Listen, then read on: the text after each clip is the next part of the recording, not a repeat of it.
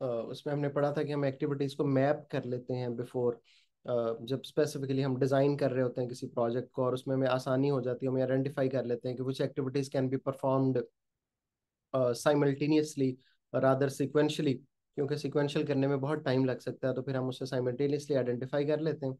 On the basis of that फिर हम we make the decision कि कौन सी एक्टिविटीज़ इकट्ठे हो सकती हैं और हमारा टाइम सेव हो सकता है। ये क्रिटिकल पाथ एनालिसिस दरअसल उसी चीज़ की एक एफर्ट है to identify which activities can be performed simultaneously so that we can save our time. क्योंकि बहुत सी चीज़ें कंस्ट्रक्शन की हम एग्जांपल लेते हैं जो एक दूसरे के ऊपर डिपेंडेंट होती हैं, और बहुत सी चीज़ें जो नहीं होती हैं वो एक दूसरे के साथ हो सकती हैं। Like there is no point of thinking दीवार पे पेंट करना पॉसिबल नहीं है जब तक दीवार हो ही ना हो, और ये भी पॉसिबल नहीं है उसके ऊपर सीमेंट ना हो तब भी। लेकिन ये है कि बाइंग करते वक्त रॉ मटेरियल को हम एक दूसरे के ऊपर इस तरह से डिपेंडेंट नहीं होते। जिस वक्त हम washroom fittings for example buy कर रहे हैं, उस वक्त इलेक्ट्रिसिटी का सामान भी बाय कर रहे हैं। तो कुछ एक्टिविटीज ऐसी हैं जो कि साइमल्टेनियसली हो सकती हैं, कुछ को सिक्वेंशियली करना होता है। इनकी जो ड्राइंग है, इनकी जो डायग्राम है, उसको हम क्रिटिकल पाथ एनालिसिस कहते हैं। इस क्रिटिकल पाथ एनालिसिस के लिए open a table in front of you. आप यहाँ पे देखें, यहाँ पे डिफरेंट टर्म्स लिखी हैं, पहले उनको समझ लेते हैं। एक तो एक्टिविटी का नेम है ABC। इसी तरह पेपर में वो ABC के अलावा DFG कुछ भी हो सकता है, any name can be there. इसी तरह यहाँ पे एक और टर्म है जिसको हम प्रीसीडिंग एक्टिविटी कहते हैं।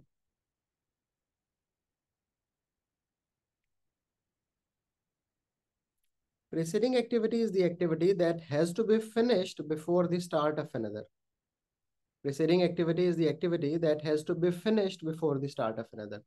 For example, मैंने भी कहा कि सीमेंटिंग के बगैर there is no point of doing the paints on the walls, या एसीज की फिटिंग कर लें अगर हम वायरिंग के बगैर, तो ये तो जाहिर है इसका तो कोई there is no point of that. हम कहेंगे wiring, electricity wiring is the preceding activity of ACs fitting, क्योंकि उस पर वो डिपेंडेंट है। Cementing of wall is the preceding activity for the painting of the walls, क्योंकि वो उस पर डिपेंडेंट है, उसके बगैर हम नहीं कर सकते। तो हर वो एक्टिविटी जिसके ऊपर दूसरी डिपेंडेंट हो, वो प्रीसीडिंग एक्टिविटी कहलाती है, उसके बगैर हम उसको कंटिन्यू नहीं कर सकते। अच्छा, अगर यहाँ पे ए लिखा है और ए के आगे कुछ नहीं लिखा, यूं डैश लिखा हुआ है प्रीसीडिंग एक्टिविटी के कॉलम में, तो इसका मतलब है कि A is not dependent on any activity. B के आगे भी डैश लिखा हुआ है, बी भी किसी पे डिपेंडेंट नहीं है। लेकिन सी के आगे ए लिखा हुआ है, तो इसका मतलब है कि ए फिनिश होगा तो then only B can be started, उसके बगैर हम बी शुरू नहीं कर सकते। यहाँ पे डी के आगे लिखा है ए और बी, तो ए और बी दोनों फिनिश होंगे तो D can be started, otherwise D can not be started. तो एक तो ये बात आपने जहन में रखनी है कि प्रीसीडिंग एक्टिविटी वो है जिसके ऊपर डिपेंडेंट है, और उनके फिनिश किए बगैर there is no point of starting another activity. यहाँ पे ड्यूरेशन भी दिया गया होता है, यहाँ पे इस टेबल में आप देख भी सकते हैं ड्यूरेशन इज देयर। तो duration is used for to calculate certain things, EST और LFT, उस पर अभी हम बात करते हैं। तो पहले हम इसको बना के देखते हैं कि ये हमारी जो बनती कैसे है क्रिटिकल पाथ डायग्राम या network diagram. Then will see कि फिर हम इसकी जो कैलकुलेशंस हैं वो कैसे कर सकते हैं। सबसे पहले तो एक सर्कल हम लेते हैं जिससे हम इस एक्टिविटी को ड्रॉ करना शुरू कर सकते हैं। इस सर्कल को हम नॉड कहते हैं, और इसके 3 पार्ट्स होते हैं। उन 3 पार्ट्स में क्या लिखा जाता है आई एक्सप्लेन लेटर, अभी थोड़ी देर में। ठीक है, तो ये एक जीरो नॉट सर्कल है, यहाँ ये हमने स्टार्ट करने के लिए शो किया है। इस नॉट के आगे हम एक लाइन लगाएंगे जहाँ एक्टिविटी का नाम लिखेंगे। ये लाइन मैंने लगा दी और उसके ऊपर एक्टिविटी का नेम लिख दिया। अगर कोई लाइन आपके क्रिटिकल पार्ट डायग्राम में ऐसी एग्जिस्ट करती है जिसके ऊपर कोई एक्टिविटी का नाम नहीं है, तो इसका मतलब है your CPA is not correct, वो इनकरेक्ट है। यहाँ लाइन के ऊपर एक्टिविटी का नाम लिखा जाता है, जैसे मैंने ए लिख लिया, और उसके नीचे उसका ड्यूरेशन लिखा जाता है जो यहाँ पे लिखा हुआ है, इफ यू सी, यहाँ पे इफ यू कैन सी 15 दिन। तो ये मैंने यहाँ से ले लिया, और एक्टिविटी ए किसी पे डिपेंडेंट नहीं थी, तो उसको मैंने फौरन इमीडिएटली जीरो नॉट से स्टार्ट कर लिया। ठीक है बच्चों, आगे बढ़ते हैं। उसके बाद अगली जो हमारी इंफॉर्मेशन है वो ये है कि activity B is dependent on A. B can only be started when A ends, जब ए खत्म होगा तो बी शुरू हो सकता है। तो अब हमने क्या करना है, हमने ए को यहाँ फिनिश करना है, ये हमने किया, and will start B whose duration is 30. One thing please note that what Sarasif is doing कि मैं लाइंस को ओपन रख रहा हूं। जब तक मैं अगली एक्टिविटी स्टार्ट नहीं करूंगा उस वक्त तक मैं किसी भी लाइन को क्लोज नहीं करूंगा। This is the trick to make this. If you close the line earlier you will get confuse. तो आप देखें बी को मैंने ओपन रखा है, आई हैवंट क्लोज्ड, इस तरह मैंने ए को भी ओपन रखा था जब तक मैंने बी को स्टार्ट नहीं किया था। आगे पढ़ते हैं। Activity C is dependent on A, B A पे डिपेंडेंट थी, सी बी ए पे डिपेंडेंट थी। तो अब हमने जहां से बी शुरू किया वहीं से वी नीड टू स्टार्ट सी, तो हम यहाँ से सी को शुरू कर लेते हैं इस तरह से एक और लाइन बना के, और उसका ड्यूरेशन भी उसके नीचे लिख लेते हैं। Let's read the next information. Next information is D is dependent on B and C, D is dependent on B and C. इसका मतलब will close B and C at one place, यहाँ पे उनको इकट्ठा क्लोज करेंगे और यहां से हम शुरू कर लेंगे D. Again C, D is open, I haven't closed, और डी का ड्यूरेशन है 30, तो वो इसके नीचे लिख लेंगे। ओके, अगली इंफॉर्मेशन पढ़ते हैं। E is also dependent on B and C, इसका मतलब है जहां बी एंड सी फिनिश हुए थे वहां से ई भी शुरू हो सकता है, तो हम यहाँ से ई स्टार्ट कर लेंगे। ये आपने देखा सी मैंने ऊपर से शुरू किया था, ई मैंने नीचे से शुरू किया है सर्कल के, इससे कोई फर्क नहीं पड़ता आप ऊपर से शुरू करें या नीचे से शुरू करें, लेकिन but make sure you do not draw any line जिसके ऊपर किसी एक्टिविटी को मेंशन ना किया गया हो। ई की ड्यूरेशन 15 डेज है, यहाँ से मैंने लिया, ये देखें। एफ के बारे में पढ़ते हैं। एफ जो है वो डी और ई पे डिपेंडेंट है। ओके, हम डी और ई को एक जगह क्लोज करेंगे और यहाँ से हम विल स्टार्ट एफ, ये हमने शुरू कर लिया। Again I am keeping F open, C मैंने उसको क्लोज नहीं किया। एफ की ड्यूरेशन हमने यहाँ से ले ली, दैट इज 12, वो यहाँ पे हमने लिख ली। आगे चलते हैं। जी जो है दैट इज डिपेंडेंट ऑन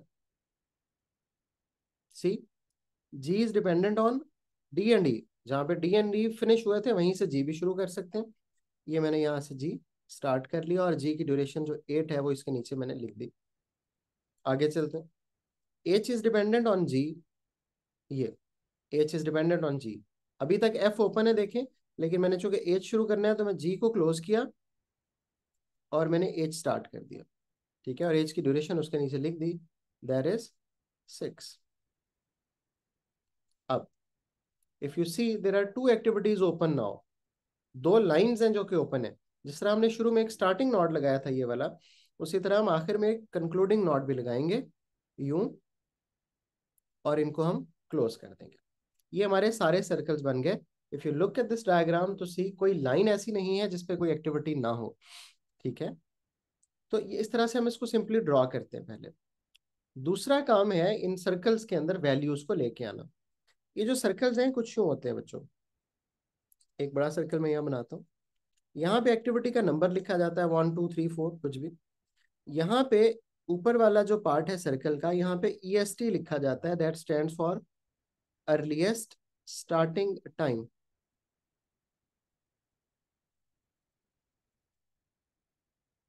और यहाँ पे नीचे वाले पार्ट में LFT लिखा जाता है, that is latest finishing time.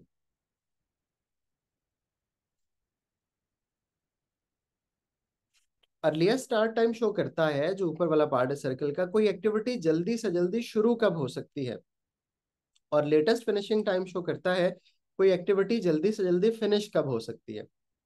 कोई एक्टिविटी जल्दी से जल्दी शुरू कब हो सकती है EST, और लेटेस्ट फिनिशिंग टाइम शो करता है कोई एक्टिविटी जल्दी से जल्दी खत्म कब हो सकती है। ओके, यहाँ पे हम पहले नॉड में EST पहले कैलकुलेट करेंगे, यहाँ हम लिख लेंगे 0, ठीक है। उसके बाद this is a simple addition process, line के नीचे जो वैल्यू लिखी है उसको EST में ऐड करना है। तो मैंने किया 0 + 15, वो आ गया 15, और मैंने 15 यहाँ लिख दिया। व्हाट आई हैव डन, मैंने इस 0 को इस 15 में ऐड किया है बच्चों, और जो आंसर आया वो अगले सर्कल में मैंने लिख दिया। क्लियर? आगे चलते हैं। अब हम आगे देखें तो अगला जो हमारा नेक्स्ट सर्कल है दैट हैज टू वैल्यूज, एक है 15 + 10 ये वाली, और एक है 15 + 30 ये वाली।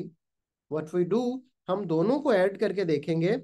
15 + 10 आंसर इज 25, या 15 + 30 answer is 45, which ever is the larger हम वो लिख देंगे। 15 + 10 का आंसर लार्जर है तो वो लिख देंगे, 15 + 30 का आंसर लार्जर है तो वो लिख देंगे। तो जाहिर है हमने कैलकुलेट किया है 15 + 30 इज लार्जर, तो हम यहाँ पे लिख देंगे। तो do not look at the numbers, ये जो जब आप EST फिल कर रहे होंगे, EST फिल करते हुए आपने देखना है कि लार्जर आंसर जो होगा उसको आप लिखेंगे। इसी तरह आगे भी हमारे पास दो वैल्यूज हैं, 45 प्लस 30 और 45 प्लस 15। अगेन जो लार्जर आंसर होगा वो हम लिखेंगे। तो हमें पता है 45 प्लस 30 का आंसर क्या होता है बच्चों, एनीवन? 45 प्लस 30 बोले 75। तो वो हमने यहाँ पे लिख दिया। अब अगेन इफ यू सी, यहाँ पे तो एक ही है, 75 प्लस 12, यहाँ पे भी एक ही है, 75 प्लस 8। तो पहले हम इसको फिल कर लेते हैं 75 प्लस 8 को, क्योंकि यहाँ पे दो हैं और उनको हमें कैलकुलेट करना पड़ेगा। तो 75 प्लस 8 किया तो आंसर आ गया हमारे पास 83। वो हमने यहाँ पे लिख दिया। अब लुक, यहाँ पे दो वैल्यूज क्लोज हो रही हैं, जिसके लिए मैं आपसे कह रहा था कि आपने नंबर की तरफ नहीं देखना बल्कि आंसर की तरफ देखना है। If you look at the number, तो 75 प्लस 12 हमने कहना है 12 लार्जर है, इसको देख लें। जबकि ऐसा हम नहीं करते, 75 प्लस 12 को भी देखो और 83 प्लस 6 को भी देखो, which ever answer is larger.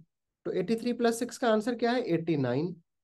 जबकि 75 प्लस 12 का आंसर क्या है, 87। तो विल राइट 89 बच्चों, ये द आंसर इज लार्जर जो कि होना चाहिए। तो हम यहाँ पे 89 लिख देंगे। ये सारी की सारी हमने कैलकुलेशन की about the EST, earliest starting time को कैलकुलेट करने के लिए। उसके बाद हमने LFT कैलकुलेट करना है, नीचे वाली वैल्यू, और उसके लिए हम क्या करेंगे, यहाँ दोबारा से हम 89 लिख देंगे। ठीक है, और हम रिवर्स कैलकुलेशन शुरू करेंगे, बैक कैलकुलेशन। यहाँ हम करेंगे सबसे पहले इधर से, एक ही वैल्यू यहाँ पे क्लोज हो रही है, 89 माइनस 6, आंसर इज 83, यहाँ पे लिख दिया। अब प्रॉब्लम ये है कि यहाँ पे दो वैल्यूज क्लोज हो रही हैं अगेन, ये वाली भी और ये वाली भी। हम दोनों को माइनस करके देखेंगे, which ever is the smaller, हम छोटे वाला आंसर लिखेंगे, 83 माइनस 8 या 89 minus 12, which ever answer is the smaller. तो हमने देखा कि 83 माइनस 8 का आंसर होता है 75, वो हमने यहाँ पे लिख दिया। उसके बाद 75 माइनस 30 या 75 माइनस 15, जाहिर है 75 माइनस 30 का आंसर स्मॉलर है, 45 हमने यहाँ पे लिख दिया। उसके बाद 45 माइनस 30 या 45 माइनस 10, तो हमें पता है 45 माइनस 30 का आंसर जो है वो स्मॉलर है, वो हमने यहाँ पे लिख दिया। उसके बाद सॉरी 45 माइनस 30 का आंसर है 15, वो हमने यहाँ पे लिख दिया। उसके बाद नेक्स्ट तो वैल्यू ही एक है, 15 माइनस 15, आंसर इज 0। बाज दफा तीन तीन वैल्यूज हो रही होती हैं, उनसे डिफरेंट आंसर आ रहे होते हैं, किसी एक से आपका आंसर फाइनल 0 होना जरूरी है। अगर वो 0 नहीं होगा तो फिर हम जो है वो, इसका मतलब है हमारी डायग्राम जो है इनकरेक्ट है। इसके अलावा हम यहाँ पे नंबर्स लिख सकते हैं जिनके कोई अलग पेपर में मार्क्स नहीं होते, लेकिन अगर आप लिखना चाहें तो यहाँ लिखें 1, यहाँ लिखें 2, जिस सीक्वेंस में वो है 3, 4, 5 और 6, लेकिन इनके कोई सेपरेट मार्क्स नहीं होते। EST और LFT लिखने के तो मार्क्स है, लेकिन एक्टिविटी का नंबर लिखने के जिस तरह से मैंने लिखे हैं, we do not get any separate marks.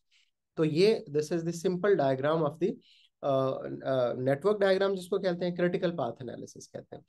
ये शो करती है कि क्रिटिकल पाथ एनालिसिस, ये वाला ये शो कर रहा है नेटवर्क डायग्राम, कि हम मिनिमम 89 डेज में ये अपना प्रोजेक्ट कंप्लीट कर सकते हैं, जो कि otherwise might have taken lot of days. अगर आप इन सब को सीक्वेंशियल करते हैं तो इनका जरा टोटल करें तो ये 100 से भी ज्यादा डेज बन रहे हैं या वीक्स बन रहे हैं, जो भी। तो ये जो 89 डेज है, ये शो करते हैं कि मिनिमम 89 डेज में हम अपना प्रोजेक्ट जो है वो कंप्लीट कर सकते हैं, जिसको हमने शुरू किया है।